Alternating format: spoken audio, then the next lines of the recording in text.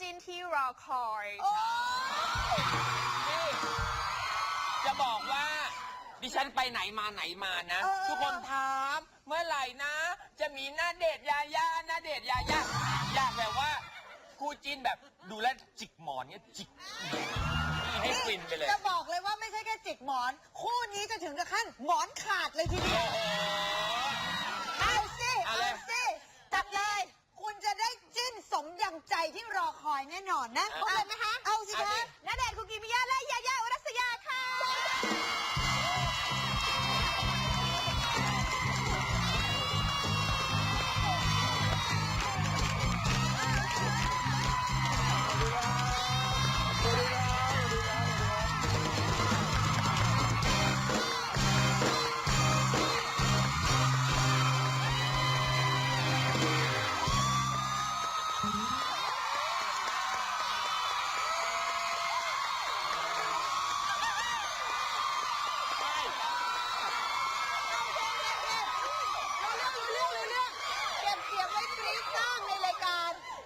มาแล้วไส้หลุด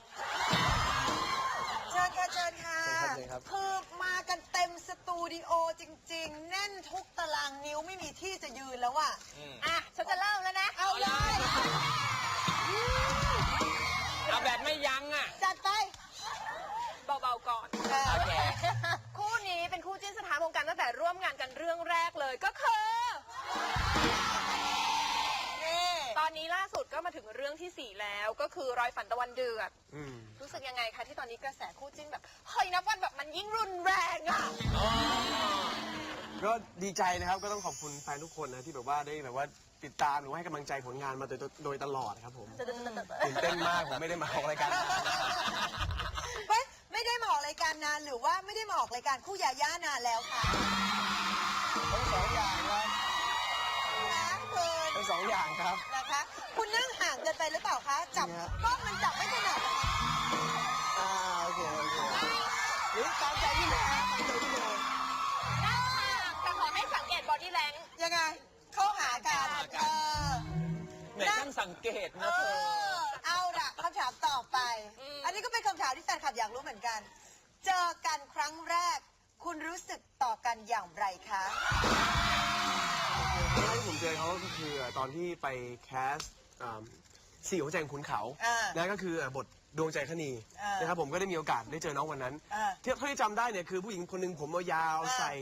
เสื้อสีดำใส่กระโปรงอะไรอย่างเงี้ยฮะแล้วเด็กแบบจำได้ฮะแล้วก็ตัวผอมากๆครับผมมันเป็นภาพจำอ่ะแล้วก็เหมือนดูเป็นเหมือนฝรั่งหน่อยอย่างเงี้ยผมก็จะไม่ค่อยกล้าไปคุยด้วยเท่าไหร่อย่างเงี้ยครับผมกลัวเขาพูดภาษาอังกฤษใส่เราเหรอใช่ครับเดี๋ยวงงฮะคือหนูเจอพี่ณเดชน์ก่อนที่พี่ณเดชน์จะเจอหนูค่ะเอายังไงเนี่ยคำว่ายังไงคือมีแฟชั่นวีคสักอันนึงอะค่ะแล้วช่วงแฟชั่นวีคจะเป็นแบบช่วงที่แบบว่าเพื่อนๆจะมาเจอกันทุกคนค่ะแล้วทุกคนก็แบบว่าอยากจะไปวางกระเป๋าไว้ที่เก้าอี้ที่เขาจะแบบมีไว้สำหรับนางแบบใช่ไหมคะแล้วแบบทุกคนก็เดินไปแบบว่าชิ้นยืนคุยกันไปคุยกันมากำลังจะหย่อนก้นลงนั่งบนเก้าอี้แล้วก็เห็นผู้ชายคนหนึ่งนอนอยู่บนเก้าอี้แบบว่ายึดเก้าอี้หมดเลยค่ะที่วางกระเป๋าไม่มีที่วางกระเป๋าเพราะผู้ชายคนนี้นอนพาดเลยใช่ค่ะประมาณ4 เก้าอี้มั้งคะยึดไปแล้ว4 เก้าอี้ใช่แล้วยังไงอะกระเป๋าพวกเราก็ไม่ได้วางค่ะคือแบบเป็นฟิลแบบอุ้ยตายแล้วมีคนนั่งอยู่อะไรอย่างเงี้ยค่ะแต่พี่เขาหลับอยู่เลยไม่เห็นเป็นขาบ้านไงขาบ้านใส่บูทจำได้คุณก็จำได้เลยแต่คุณหลับอยู่ครับไม่รู้เรื่องถามยาย่าดีกว่าณตอนนั้นเนี่ยพอเจอกันที่งานแฟชั่นวีคครั้งแรกเนี่ยพอเห็นผู้ชายคนนี้ปั๊บมันเหมือนกับว่าเราเห็นปั๊บแล้วก็เป็นรักครั้งแรกเลยมะเดี๋ยวแหมนี่ก็ชงแต่หัววันเลยอันนี้หนูสาบานเลยค่ะว่า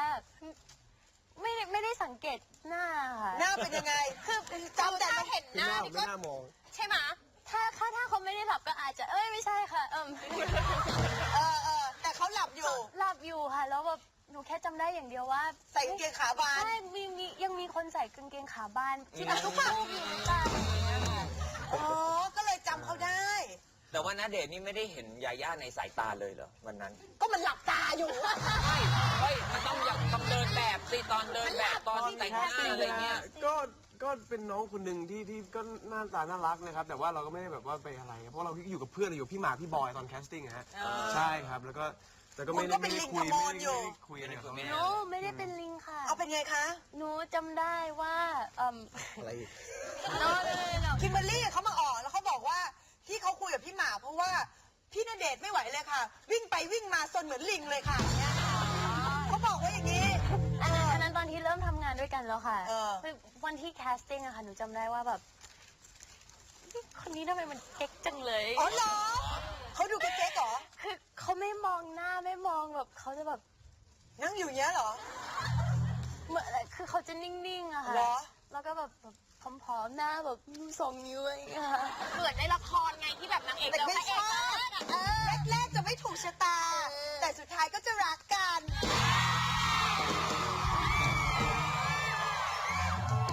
อ่ะตอนนั้นเจอครั้งแรกมันก็อาจจะยังไม่ได้อะไรนู่นนี่นั่นแต่พอเริ่มถ่ายดวงใจอัคนีด้วยกันแล้ว ความสัมพันธ์มันดีขึ้นไหม ผมว่าก็ยังห่างๆกันนะครับ เลิก ใช่ครับ คุณต้องเล่นละครด้วยกันเลิฟซีนกันอะไรอย่างเงี้ยคุณยังห่างอีกเหรอ ด้วยความที่แบบว่าไม่เคยรู้จักเขามาก่อนแล้ววันแรกที่มาเจอกันตอนถ่ายเนี่ยคิวแรกเลยซีนแรกเลยคือ ผมแบบว่ารัวสะพังเลยครับคือแบบพูดประมาณ10 เทคกันเลยนะจนป้าแจ๋วแบบบ่นอะไรเงี้ยฮะก็ยังแบบว่ายังไม่ชินกันยังแบบเก่งๆกันอยู่อะไรเงี้ย จำได้ค่ะ แต่ผมก็พยายามแบบคุยกันถึง เป็นคนที่พูดน้อยค่ะ เออ เหมือนตอนที่อยู่ที่กองก็หนูก็พูดน้อย พี่ก็พูดน้อยก็เลย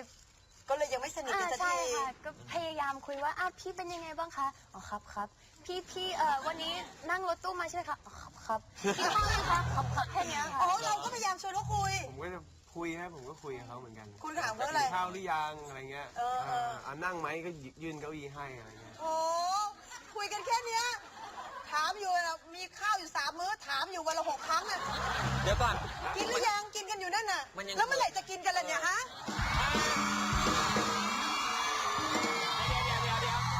เดี๋ยวกินอะไรกินอะไร ข้าววันเนี้ยที่มาอัดรายการกินกันหรือยังยังไม่ได้กินกันเลย ยังไม่ได้กินข้าว ยังไม่ได้กินข้าวกัน เล่นละครนานกันเป็นเดือนเงี้ยยังไงก็มันมีความรู้สึกว่าไม่ค่อยสนิทกันเลยหรือยังไง หรือว่าเราเขินเรายังเขินอยู่ปะ หลังๆนะฮะเขินเวลาเข้าฉากด้วยกันครับผมแต่ว่าถามว่ายังไม่ได้แบบว่าไปคุยอะไรกับน้องเขามากขนาดนั้นอะไรเงี้ย ไม่น่าเชื่อนะ เพราะว่าละครเรื่องนี้คือฉากกุ๊กกิ๊กก็เยอะมากทั้งจูบจริงทั้งหอมจริงอะไรแบบเยอะแยะมากเลยอะ มีไหมมีภาพไหม มีภาพด้วย เอาสิเอาสิ ต้องยกความดีให้ผู้กำกับครับเรื่องนี้ฮะ เหรอ ครับ ดูหน่อย ดู ดิ ภาพหน่อยสิยกที กลับมาให้สัตว์ฉันจูบ ฉันบอกให้ปล่อยที่บ้าไป เอ้ย ไม่ปล่อยฉันเจ็บ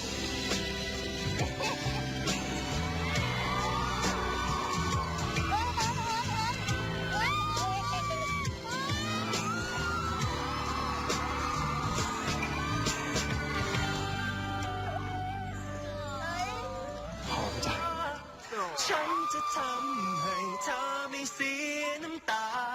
ตลอดไปจากนี้สัญญาฉันจะดูแลเธอไปอย่างดี ยังไม่หมดอีกเหรอ คือมันเป็นการแสดงเลยต้องรีบหนีไปนะเลยแบบว่าชิมหอมไปหลายทีก่อนพ่อเขามาครับ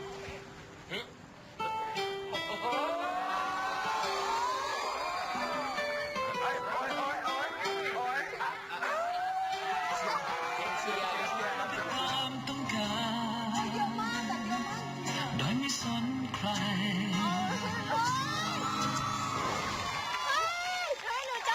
หนูจำฉากนี้ดีมากเลยค่ะ มันเยอะขนาดนี้เลยเหรอเฮ้ย มันเป็นยังไงมันหาย นี่ ใจ ยังไม่ ออก สนิทกันอีกเหรอ ปากย่าหายไปในปากณเดชน์นานมากย่าปากเปื่อยแล้วนะไม่อยู่ในน้ำด้วยอ่ะ ตอนที่ขึ้น ขึ้นมาค่ะ เป็นไง มันก็ หายใจไม่ออก ใช่ค่ะแล้วก็เหมือนจะไอกันนะคะแล้วขี้มูกก็แบบว่าไหล มันเขินไหมยาย่ามันเยอะมากเลย เขินค่ะเขินอยู่แล้วล่ะค่ะ เขินไหมอะคุณ เขิน อะ ครับ เอาหูแดงอยู่แล้วเหรอเฮ้ยพระเอกรุ่นนี้มันเป็นอะไรรุ่นหูแดงเหรอพิมพ์นิยมนะครับคุณ เป็นกันหลายคนฮะ เป็นค่ะคุณ อากาศมันร้อนพี่ เหรอฮะตอนเล่นเทคกันยับไหมคะคุณ ไม่ครับ เหรอฮะ ไม่ครับไม่ครับก็ ทีเดียวเลยเหรอ ประมาณสัก2 เทคฮะเพราะครั้งแรกเนี่ยก็กล้ากลัวครับป้าแจ๋วเลยบอกไม่ได้ต้องทีเดียวเลยเอาจริง ๆ ไปเลยทีเดียว จริงๆ ไปเลย จังๆ ใช่ เลยนะ น้องจะได้ไม่ต้องแบบว่ามาเสียอะไรอย่างนี้ด้วย ตอนนั้นเนี่ยเวลาเราเล่นอย่างเงี้ยความรู้สึกมันเราคิดอะไรยังไง ผ่านไปก่อนครับคือแบบพอให้แบบว่าผ่านไปก่อน อะไร อะไรมันไม่ได้ เดี๋ยวก่อน มันไม่ได้อินเหรออินเหรอแบบมัน เอ ไม่ อ แบบ การแสดงมันต้องมีความรู้สึกมีความ ก็เกรงๆเขินๆนะฮะแล้วเพราะมันจูบปากกันนะครับเพราะนะ แล้วยังไงอ่ะ ฮะ ยังไงอ่ะยังไงอ่ะมันยังไง เออ สำหรับหนูนะคะ หนู ก่อนที่เข้าฉากอะค่ะ เดี๋ยวนี้ไม่ใช่แค่หูแดงหน้าแดงด้วยอ่ะ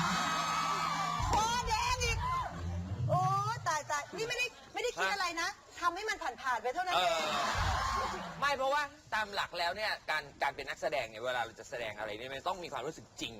มันถึงจะสามารถที่จะเล่นได้ สายตาคุณก็เป็นอย่างนั้นนะ มันไหมแล้วยาย่ามันมีความรู้สึกจริงแบบนั้นไหมหรือว่าผ่านๆไปเหมือนณเดชน์ท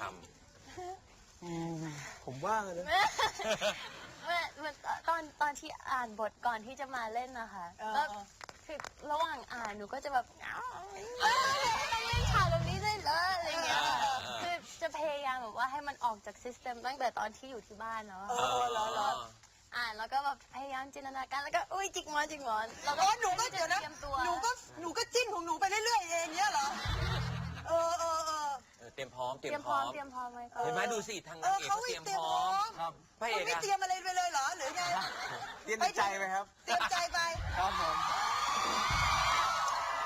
คือผมว่านะบางทีเราเวลาเราเล่นละครเนี่ยบางทีมันจะมีความรู้สึกหนึ่งที่มันจะเกิดขึ้นมาอย่างเช่นแบบว่า ถ้าสมมติว่าเราต้องเล่นว่ารักคนเนี้ยเราต้องรักเขาให้ได้จริง ใช่ แล้วคุณรักเขาจริงๆนะ ใช่ แล้วคุณรักเขาจริงๆนะ ๆความรู้สึกไม่ได้ชัดเจนขนาดนั้นครับผม เหรอ ใช่ครับ ตอนนั้นยังอึมครึมนัวงงๆอยู่ ครับผมก็ยังแบบว่าเป็นเหมือนแบบพี่ดูแลน้องอะไรอย่างเงี้ยฮะ แต่พอมาเรื่องที่สองนี่สิ เออ เกมร้ายเกมรัก มันสนิทกันมากยิ่งขึ้นแล้ว ใช่ ความรู้สึกมันเปลี่ยนไปไหม ก็จะมี ความสนิท ความห่วงใยมากขึ้นครับผมใช่ก็แบบว่าอะไรอย่างเงี้ยก็ ห่วงใยอะไรอย่างไร เออ ยังไง เด็กสมัยนี้แอดวานซ์เขาใช้คำว่าความห่วง ความ ใย ห่วงใย ก็คือพอได้รู้จักน้องมากขึ้นอะไรเงี้ยก็แบบว่าเป็นคนที่น่ารักเป็นคนนิสัยดีแล้วก็ทำงานด้วยกันง่ายแล้วก็เริ่มรู้สึกสนุกแล้วเวลาเล่นละครด้วยกันมากขึ้นอะไรเงี้ยเพราะจะเริ่มรู้จังหวะกันแล้วอะไรเงี้ยฮะ เคมีมันเข้ากันละ ครับ แต่จริงๆตั้งแต่วันที่เราไปแคสติ้งอะค่ะ เออ หนูก็รู้สึกเลยว่าเฮ้ยทำไมเล่นกับคนนี้แล้วทำไมจังหวะมันแบบแบบนี้ อ๋อคุณรู้สึกเลยเหรอ ตั้งแต่วันแรกค่ะ เขารู้สึกแกรู้สึกอะไรบ้างไหมรู้สึกไหมฮะ มันบอกไม่ถูกครับ อ๋อมันบรรยายเป็นคำพูดไม่ได้ ใช่ฮะ แต่มันรู้สึกอยู่ภายใน ก็แบบอย่างที่บอกก็คือแบบว่าเป็นห่วงใยหรือว่าก็เป็นคนหนึ่งที่เราน่าที่จะเรียกว่าอะไรเป็นเพื่อนกันอะไรเงี้ยน่าจะแบบว่าคบกันเป็นเพื่อนกันได้อะไรเงี้ย เบื่อเหรอเบื่อเหรอ ค่อยๆปล่อยค่อยๆปล่อย เบื่อคำว่าเพื่อน มาที่เรื่องที่สองเนี่ยเลิฟซีนนี่คือหนักกว่าเดิมอีกมั้ย ยังไงอ่ะ คือว่าหนักกว่าเดิมอีก อ๋อ นะ มันจะมีความเป็นผู้ใหญ่มากขึ้นครับ จะมีการปลุกปล้ำกันอะไรเงี้ย เขาเล่า อันนี้ต้องทำอกทำใจมาจากบ้านกันไหมคะ ผมสิหาต้องทำผมต้องท เดี๋ยวคุณเขินเหรอเรื่องคุณเริ่มรู้สึกแล้วเหรอฮะ ำฮะสนุกนะฮะเรื่องนี้สนุกครับเรื่องเกมรักฮะ พูดถึงเรื่องรับซีนก็รับซีนไงคุณทำใจมาไหมจากบ้าน มันร้อนไปหมดทั้งตัวแล้วตอนเนี้ย สงสารน้องมากกว่าเรื่องนี้ครับเพราะว่าโดนกระทำอย่างเดียวเลย เหรอ เพราะว่าคือเรื่องเนี้ยค่ะ คือเลิฟซีนทุกอย่าง มันไม่ควรแบบว่าห่วงตัวค่ะ เพราะว่าสำหรับตัวละครตัวนี้คือเขาเป็นเด็กที่แบบว่าจำอะไรไม่ได้ แต่แค่รู้ว่าอย่างเดียวคือรักผู้ชายคนนี้ เพราะเขาความจำเสื่อม แล้วก็แบบว่าพร้อมที่จะทำทุกอย่างเพื่อที่จะให้เขารู้ว่าเรารักเขา เพราะฉะนั้นตอนที่แบบเป็นเลิฟซีนอะไรแบบเนี้ยค่ะ เราก็เต็มที่กันเนาะแล้วค่อยมาขอโทษกันที ใช่ใช่ครับใช่ แล้วฟีดแบ็กของละครเรื่องนี้เนี่ยเป็นยังไงบ้างคะ โอ้ก็ช่วงนั้นน้ำท่วมด้วยครับ คนดูก็เลยอยู่บ้านกันไม่ได้ออกไปไหน ใช่ไงเพราะคุณชื่อสายชนไง ใช่แล้วทุกคนก็จะแบบว่าเวลาผมไปช่วยน้ำท่วมทุกคนจะเอ้าสายชนไม่พานางฟ้ามาด้วยเหรออะไรเงี้ยนะแล้วก็มีแบบเด็กๆผู้หญิงบางคนก็จะคิดว่าตัวเองเป็นนางฟ้าอะไรเงี้ยเพราะว่าด้วยความที่ว่าชื่อนางฟ้าเนี่ยเป็นชื่อที่แบบว่า คนไม่ค่อยมีอะนะแล้วก็เด็กๆก็คงอยากจะเพ้อฝันว่าอยากได้เป็นนางฟ้าขอ เป็น งสาน าย ง ช ฟ้าน เฮ้ยมือเริ่มออกแล้วนะไม่เอาอย่าทำนี้ค่ะแล้วเรื่องนี้เขินกันไหมยังเขินกันอยู่ไหม ก็เริ่มยังมีบ้างครับ แต่ว่าพยายามคุยกันมากขึ้นหมายถึงว่าคุยเรื่องของแบบว่าการแสดงอะไรอย่างนี้ด้วยให้แบบว่ามันได้แบบว่าดีๆไปอะไรเงี้ยใช่ เรื่องนี้หนูเขินกว่าเรื่องแรกค่ะ เหรอ ใช่เพราะอะไรเพราะ ทุกฉากมันต้องแบบว่าแบบถึงเนื้อถึงตัวมากขึ้น แล้วก็เริ่มรู้จักแล้วไงคะคือเรื่องนั้นคือแบบว่าเหมือนเป็นแบบ two strangers อะไรแบบเนี้ยเล่นด้วยกัน คนแปลกหน้า แปลกหน้าสองคนเล่นด้วยกันแต่เรื่องนี้คือเริ่มรู้จักแล้วว่าอ๋อคนนี้เขาเป็น อย่างนี้ อะไรอย่างเงี้ยค่ะ แล้วเขาห่วงใยเรามากขึ้นจริงไหม อยู่ในเนเจอร์ของเขาอยู่แล้วค่ะ เนอะความห่วงใยเขาอย่างเช่นอะไรบ้าง หลายๆอย่างคือเขาไม่ต้องถามว่าแบบเขาจะแบบว่าเป็นคนที่แบบว่ามองทุกคนตลอดเวลาค่ะว่าได้ เขาต้อง น้ำ การ แล้ว อะไร ได้น้ำแล้ว คือโดยที่ไม่ถามว่าย่าอยากดื่มน้ำไหมเขาก็จะเอามาให้เลยอะไรอย่าง อ๋ เงี้ย อแต่เขาคงไม่ทำอย่างนี้กับคนทุกคนในกองถ่ายแล้วมั้ง ขอยืนยัน อะไรล่ะ เวลาไปเดินแฟชั่นโชว์กันเมื่อก่อน ยังไง ดิฉันก็แบบว่าเดินมาไม่รู้เรื่องราว แล้วฉันก็จะรู้สึกจะย้ายตัวเนี่ยไปนั่งอีกที่หนึ่งก็มันจะยกเก้าอี้ ยังไม่ทันจะทำเก้าอี้ลอยมาฟุ๊บให้นั่งจำได้ไหมที่เซ็นค่ะหนูเป็นคนยกมาให้เลยว่าอุ้ยขอบพระคุณมากวัยเขามองเขาพยายามแบบว่าสังเกตเอาก็มีเป็นเน เขา เจอ ก็ ร์ ช่วยไง สำหรับผู้สูง เด็ อาก ยุ สตรีมีคันจริง จ้า ๆนะ ขอบคุณครับ ณเดชน์ยาย่าเนี่ยนะในรุ่นของคุณนี่ถือว่ามีแฟนคลับแบบแฟนคลับคู่เป็นคู่แรกหรือเปล่าเพราะอย่าง NY อย่างเงี้ยก็คือต้องชอบทั้งคู่ถูกไหมไม่ได้ชอบคนใดคนหนึ่งต้องเป็นแฟนคลับคู่ ครับผม รุ่นคุณนี่ ใช่ครับ น่าจะเป็นแบบรุ่นคู่แรกของรุ่นเลยมั้ยเนอะ ผมว่าจริงๆก็มาพร้อมๆกันนะฮะสำหรับหลายๆคนอย่างเช่นเสี่ยวใจคุณเขาอะไรเงี้ยก็จะเป็นจุดเริ่มต้นของบ้านคู่หรือว่าแฟนคลับคู่อะไรเงี้ย มาถามเรื่องแฟนคลับเรื่อง NY กัน N ก็ณเดชน์ Y ก็ยาย่า ครับ มันเกิดขึ้นได้อย่างไรใครเป็นตัวแม่เซตโตะขึ้นมาคะคุณ ไหน นั่งอยู่หลังไฟนี่เอง อ๋อ นี่คือเริ่ม NY ขึ้นมา ค่ะก็จริงๆก็ไม่เชิงในเริ่มนะคะ ก็คือไปร่วมกันนะคะ ตอนแรกคุณชอบใครก่อน จริงๆต้องบอกว่าปิงน้องยา อ๋อ ชอบยาย่าก่อน เพราะว่าแบบเด็กคนนี้น่ารักมาก แล้วก็เคยแอบเห็นนิดนึงตอนสมัยเรียนที่นั่นนะคะก็คือแบบว่าเป็นเด็กเฮ้ยทำไมเรียบร้อยอย่างนี้ทั้งที่แบบเป็นฝรั่งเป็นอะไรดูแบบเป็นคนมารยาทงามอย่างนั้นนะคะแล้วก็เลยตามไปดูที่งานที่เซ็นทรัลเวิลด์แล้วก็ไปเจอ ณเดชน์ ณเดชน์ด้วย ก็เลยเปลี่ยนจากยาย่าชอบณเดชน์ขึ้นมาหล่อจังเลยอย่างเงี้ย ค่ะก็น่ารักทั้งคู่อะค่ะพอดีดูดวงใจคดีด้วยค่ะ ก็คือแบบคู่นี้น่ารักเนาะดูเล่นซับส่งกันดีมากเลยอะไรอย่างเงี้ยค่ะ ก็เลยแบบเริ่มติดตาม แล้วระดมคนเนี่ยทั้งหมดทั้งมวลเนี่ยแล้วยังมาไม่ได้ต้องเยอะแยะมาจากไหนอะที่มาเป็น NY ด้วยกันเนี่ย จริงๆก็เหมือนกับเรามีความชอบตรงกัน บางทีเราก็มารู้จักกันตอนที่เราไปงานไปอะไรอย่างเงี้ย ไป ค่ะ เจอเธอก็ชอบเหมือนกันเหรอ ก็มีการ เธอชอบเห คุ มื ย อนกัน ใช่มีแลกเปลี่ยนกันมีการทำ Facebook ขึ้นมาก็มีหลายบ้านหลายกลุ่มอย่างนั้นนะคะ แล้วก็มารวมกันเป็นกลุ่มก้อนนี้ ใช่ค่ะ พวกคุณเวลาที่ณเดชน์กับยาย่าไปไหนงานเล็กงานน้อยทำไมพวกคุณตามไปได้ทุกที่เลยคะดิฉันงงมากบางทีนะที่จอดรถใต้ดินอ้าวพวกเธอมาทำอะไร พวกเธอรู้ได้ยังไงว่าเขาจะมาตรงนี้ รู้คิวได้ไง เธอรู้ได้ยังไง ก็โดยปกติแล้วนะคะคิวงานหลักๆเนี่ยก็คือจะติดตามให้ได้จากณเดชน์เวิลด์แล้วก็อุรัสยา .com ซึ่งเป็นบ้านหลักของน้องทั้งสองบ้านนะคะก็จะมีการแจ้งคิวงานไว้อย่างเงี้ยค่ะ จัดการจะแจ้งไว้ ใช่ค่ะ ก็ไปสนับสนุนน้องไปให้กำลังใจน้องได้ตามงานนะคะ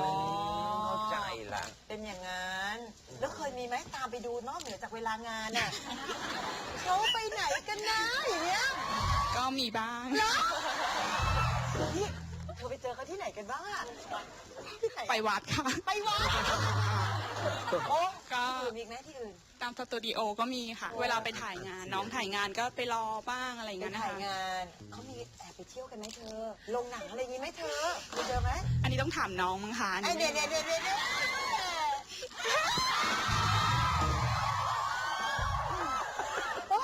ตายละ กลับมาที่ทั้งคู่บ้าง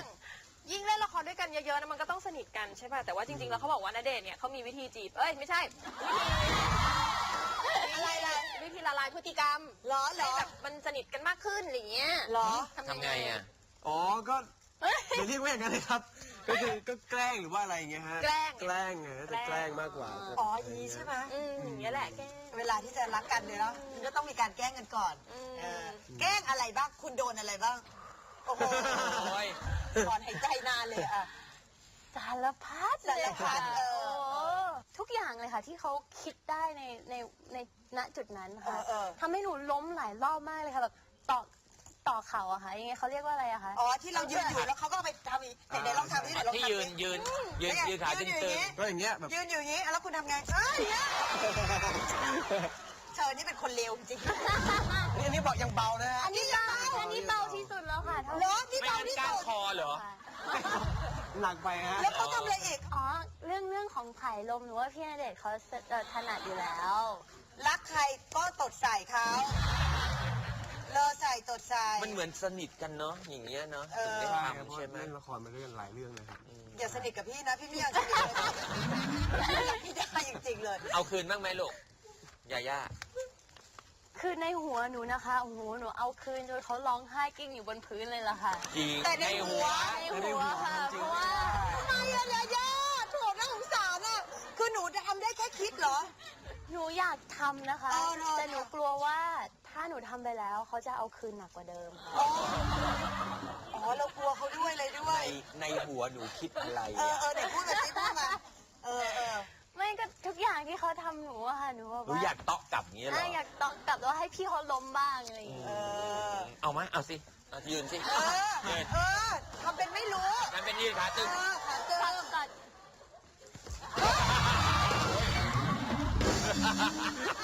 เจ็บไหม ไม่เจ็บ อ๋อยังมีไปถามไม่เจ็บเลย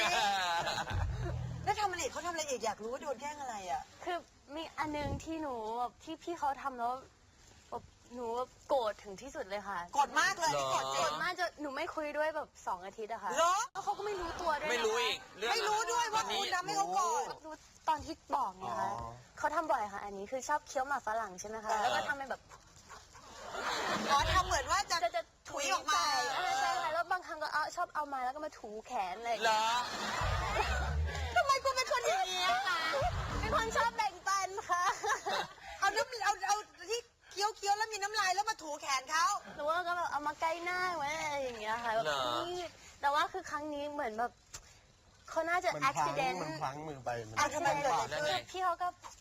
พลุออกมาเลย ได้ เหรอ อะค่ะ เออ แล้วหนูก็หันหลัง แล้วก็หนูบอกว่าอย่านะ เออ แล้วก็หนูก็ได้ยินเสียง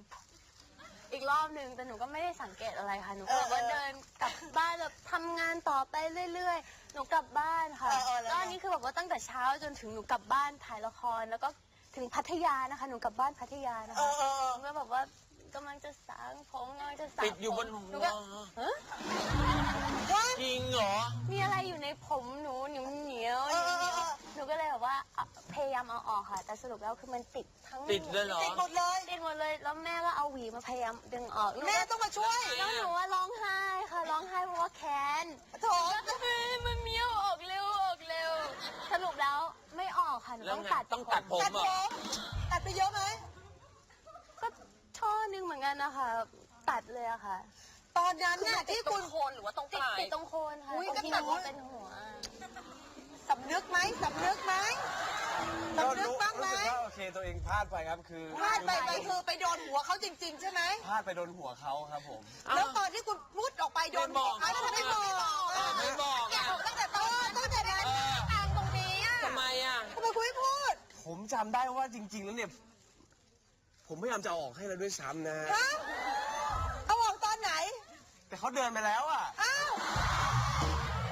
ก็แบบเอ้ยเอา แล้วไงคุณก็เลยไม่บอกเขาเลย ก็ ปล่อยให้หมาฝรั่งติดหัวน้องไปเงี้ย ครับผมจะได้จำได้ไง หนูไม่ได้คุยด้วยแบบ2 อาทิตย์อะค่ะ เหรอ แล้วคุณรู้ตัวไหมว่าเขาไม่คุยกับคุณ2 อาทิตย์เนี่ย ก็รู้สึกเรื่อยๆครับผม รู้สึกเรื่อย เรื่อยๆฮะ ๆเจอหน้ากันไหม2 อาทิตย์นั้นเจอหน้ากันไหม ก็มันจะมีช่วงหนึงที่ต้องเจอกันอยู่แล้วเพราะต้องถ่ายละครอยู่นะฮะ เขาก็ไม่คุยกับคุณ ครับ คุณไม่ถามเหรอ อ้าวโกรธอะไรพี่ ก็มีเป็นไรเปล่าอะไรเงี้ย เออ ครับผมนี่รู้ไหมว่าเกิดอะไรขึ้นอะไรเงี้ย เออ เนี่ยแบบว่ายูนถุยนั้นหมักฝรั่งมาใส่หัวแล้วก็แบบว่าต้องกลับไปแล้วต้องตัดผมอะไรเงี้ยบอกว่าจริงเหรอไม่ต้องตัดผมเลยเหรอเอาออกไม่ได้เหรออะไรเงี้ย แล้ว ร้องไม่ล่ะบ้า แล้วบอกฝรั่งติดบนหัว แล้วไงนี่น้องเขางอนแล้วเราง้อไหม ก็ขอโทษขอโพยกันไปครับผม เขาง้อไงเวลาเขาง้อ ก็จะพยายามแบบมานั่งใกล้ๆอะไรอย่างเงี้ย แล้วทำไงทำไง คือ อันนี้คือตอนที่สนิทมากขึ้นแล้วค่ะ เออ คือเมื่อก่อนก็จะแค่ ก็ใช่สิ ต้องสนิทแล้วล่ะถึงเอาหมักฝรั่งติดใส่หัวได้อะเออ เขาก็จะแค่บอกว่าขอโทษนะคะมาด้วยแบบนี้ แล้วถ้าไม่หายงอนก็จะแบบนี้ ไหนดูสิ แต่เวลาง้องอเขาไง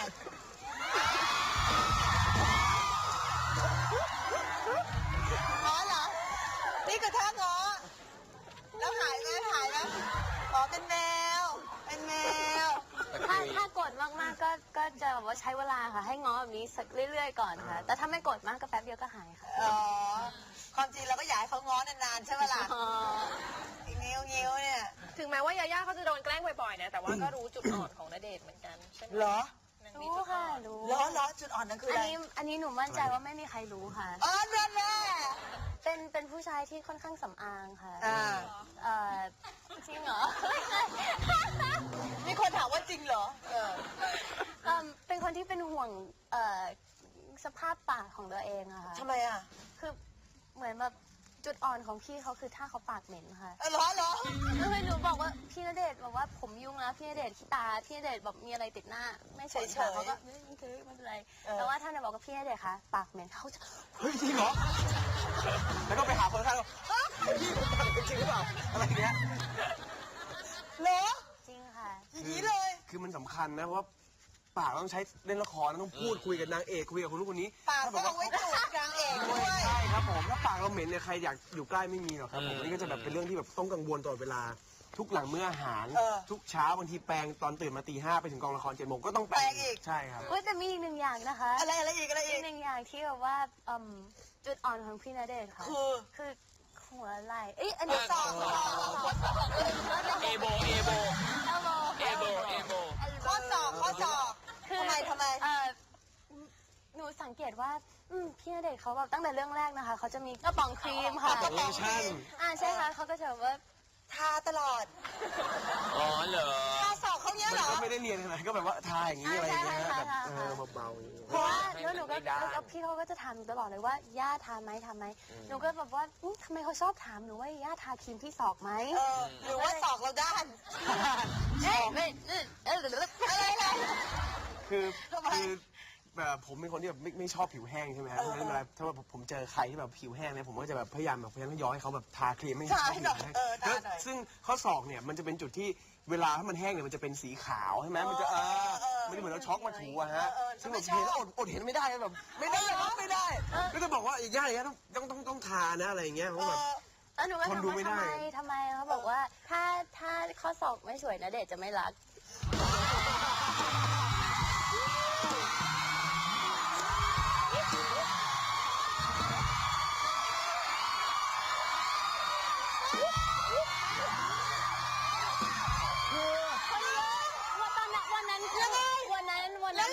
วันนั้นคนเยอะค่ะ คือนั่งกับแม่แก้วด้วยแม่ปลาด้วยอะค่ะแล้วเขาก็แบบว่าพูดให้ทุกคนฟังว่าแบบว่าเนี่ย แบบไม่เอาเลยนะแบบว่า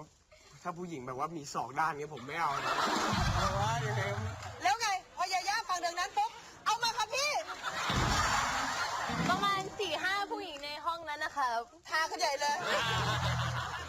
แล้วตอนนี้ทาแล้วศอกเขาเป็นไงบ้าง ก็ดีครับ อ้าวเพราะฉะนั้นตอนนี้ศอกเขาไม่ด้านก็รักกันได้แล้ว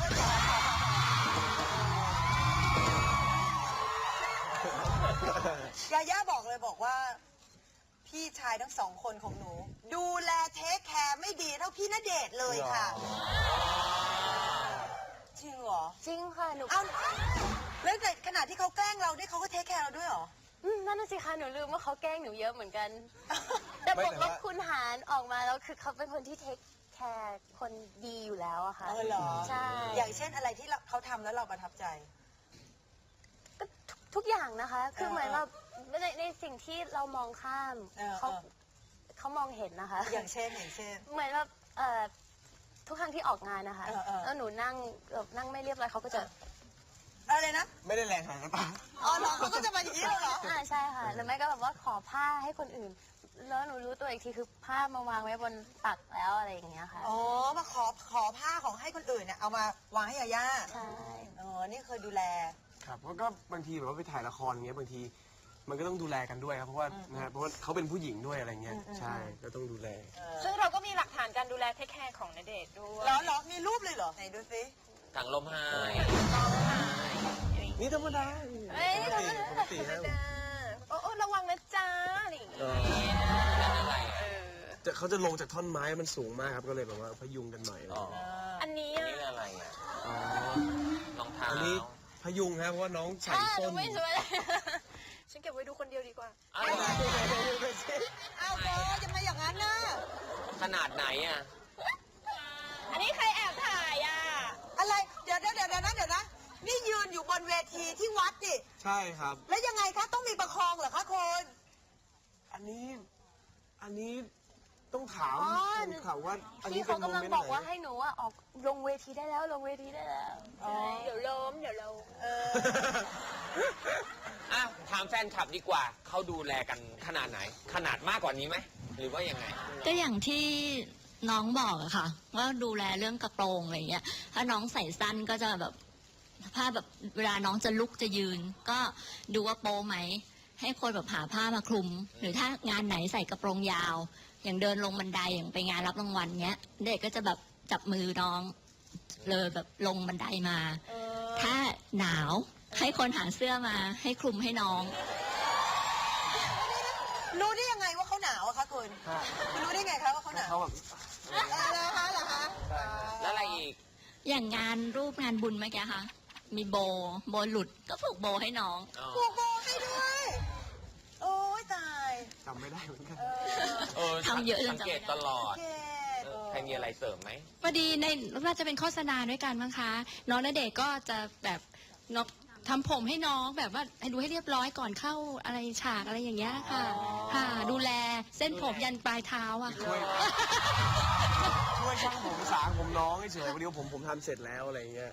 ก็ต้องไปช่วยเขาด้วย ช่างผมอีกคนหนึ่ง เหรอ อันนี้เดี๋ยวขอถามนิดดิ มันเป็นการดูแลถึงความเป็นห่วงเป็นใยของความรู้สึกที่เราสนิทกันในลักษณะของการทำงานร่วมกัน หรือมันมีความรู้สึกมากไปกว่าตรงสนิทเป็น คือ แบบ ต้องบ คือ อก ฉัน ว่า ว่าคนอื่นก็ไม่ดูแลเท่านี้เอาป่ะเคลียร์ป่ะ ไม่ต้องโมโหสิ ทำไม อย่าโมโห ต้องบอกว่า หรือยังไง น้องย่าเป็นเพื่อนผู้หญิงที่สนิทที่สุดนะฮะใช่ครับต้องบอกว่าสนิทที่สุดแล้วในวงการนี้อะไรเงี้ยใช่ก็เลยแบบว่าดูแลเขาด้วยอะไรเงี้ยฮะก็เลย นอกจากจะดูแลกันแล้วที่ทำให้คนต้องแบบมโนกันไปต่างๆ นานาเนี่ย อาจจะเป็นเพราะว่าชอบทำบุญด้วยกันป้าถึงขนาดแบบมีบัญชีเปิดร่วมกันเพื่อทำบุญอย่างเงี้ยเป็นคู่บุญอะไรอย่างเงี้ย ก็แม่ด้วยฮะแม่ก็แบบ แม่ทั้ ว่าง สอง ใช่ครับผมก็แบบว่ามีเรื่องของงานบุญอะไรเงี้ยมาตลอดอยู่แล้วทำตั้งแต่สมัยที่แบบว่ายังไม่ได้เข้าวงการอะไรเงี้ยแล้วก็เลยแบบว่าพอเอย่าเขาก็มีแฟนคลับใช่ไหมฮะผมก็มีแฟนคลับก็เลยแบบว่าถ้าเปิดบัญชีร่วมกันเนี่ยก็จะได้แบบว่าให้แฟนคลับมาแบบว่าทำในบัญชีเดียวเลยอะไรเงี้ยจะได้มาร่วมบุญกันหลายๆคนเนี่ยต่อสะพานบุญไปเรื่อยๆเรื่อยๆ ออกแม่นี่สนิทกันมาก่อนแล้ว ไม่ครับเพิ่งมาสนิทกันตอนที่ผมกับน้องเล่นละครด้วยกัน อ๋อแม่ก็เลยสนิทกัน ใช่ครับ ถามแม่ดีกว่า อยู่ไหน แม่อยู่ไหนคะอุ้ยแม่ โอ้ แม่อยู่นั่นแม่นั่งค่ะ หลบกันหมดเลย แม่อ อ่ะ ย่าหลบค่ะแม่ทำไมแม่ชอบไปทำบุญด้วยกันคะแม่แก้วแม่ปลาแม่แม่หลบไปกระจายทั้งคู่เลยว่ะเฮ้ยคือแม่ทั้งสองเนี่ยก็ชอบไปทำบุญกันอยู่แล้ว พอเราได้สนิทกันแม่ทั้งสองก็สนิทกันด้วย ครับผม แล้วก็ได้ทำบุญด้วยกันด้วย ครับ มีอะไรไหมอีก มีอะไรเป็นเซอร์ไพรส์อีกครับ ล่าสุดก็ไปปฏิบัติธรรมนั่งสมาธิด้วยกันไม่น่ากลัวนี่ไม่น่ากลัว ไม่น่ากลัวครับวันนี้ไป นี่ปฏิบัติธรรมเหรอ ใช่ครับ อ๋อ นี่ไง เดินจงกรมแล้วก็ สมาธิ ใช่ นั่งวิปัสสนา โอ้ยรักอ่ะการทำบุญด้วยกันอย่างนี้ บุญกุศลจะหนุนนำให้เราเป็นคู่กันไปเรื่อยๆอย่างนี้นะคะ ถ้ามองเรื่องของบุญก็มีส่วนนะครับผมใช่ เราก็จะเป็น มันเป็นสายใยบุญนะครับเหมือนกับเราไม่ใช่แค่ผมกับน้องคือกับทุกๆคนด้วยแฟนคลับทุกคนที่ไปทำบุญร่วมกันก็จะแบบว่าเขาเรียกว่ามันเป็นสายใยบุญที่มันส่งถึงกันไปเรื่อยๆครับผมใช่ และส่วนสายใยรักของคุณทั้งสองคนล่ะ สายใยรักของทั้งคู่ยังมีเรื่องให้ฟินว่าจนต้องจิกหมอนกระจุยกันอีกเยอะมาก แต่น่าเสียดายนะคะ ที่เวลาคืนนี้ของเรามีไม่พอ จึงต้องขออนุญาตยกเรื่องหวานๆให้ไปฟินกันต่อพุธหน้านะคะ